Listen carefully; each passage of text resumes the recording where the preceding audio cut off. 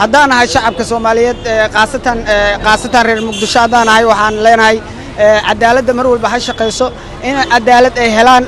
dadkii gabadha ka dhinteen ama ninka toogashada lagu xukumay hadduu asay naftigiisa aysan ahaan dilaa aysan ahaan in ilgaara lagu bixiyo wuxuu qalmana ay waqti xaadirkaas maxkamadda ay ku dhawaaqi doonto sidaas rajaynayna waxaan ka rajaynaynaa maxkamadda Soomaaliya ay maanta ugu weyn ay tahay Soomaaliya maadaama lagu xukumo dawladda ugu weyn ay Soomaaliya ay tahay qaasatan maxkamadda ugu weyn tii ugu sareysay haddana ay marayso waxaan sugnaaba go'aanka kama dambayska ay gaari doonaan ninkan waa hadii loo fiiriyo dhan hadii loo fiiriyo gumniinka ka dambeeyay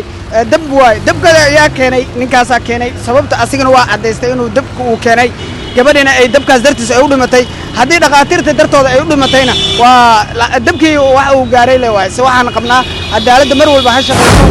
wallahi horta ma sha Allah waa arin aad iyo aad dadweynaha ay u sugayaan ay qeyradoodana caadi u kacsan tahay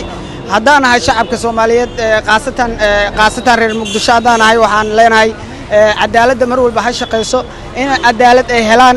dadkii gabadha ka dhinteen ama ninka toogashada lagu xukumay hadduu asay naftigiisa aysan ahaan dilaa aysan ahaan in ilgaara lagu fiiriyo haddii kalena ma sharciga islaamka sida uu qabo in la mariyo wuxuu qalmana ay waqti xaadirkaas maxkamadda ay ku dhawaaqi doonto sidaas rajaynayna waxaan ka rajaynaynaa maxkamadda Soomaaliya ay maanta ugu weyn ay tahay Soomaaliya maadaama lagu xukumo dawladda ugu weyn ay Soomaaliya ay tahay qaasatan maxkamadda ugu weyn tii ugu sareysay haddana ay marayso waxaan sugnaaba go'aanka kama dambayska ay gaari doonaan reer Muqdisho qaasatan Soomaaliya dhan anfaca go'aanka uu soo gaarayo maxkamadda ay ku xiran tahay maanta qaaliga waqti xaadirkaas xukunka fulinayo waxaan rajaynaynaa guusha ugu wanaagsan inuu gaaro ama xuquuqda Soomaaliyeed asoo u fiirinayna dhar hadan ay ilaahay asoo u fiirinay ninkan waa hadii loo fiiriyo dhan hadii loo fiiriyo gumniinka ka dambeeyay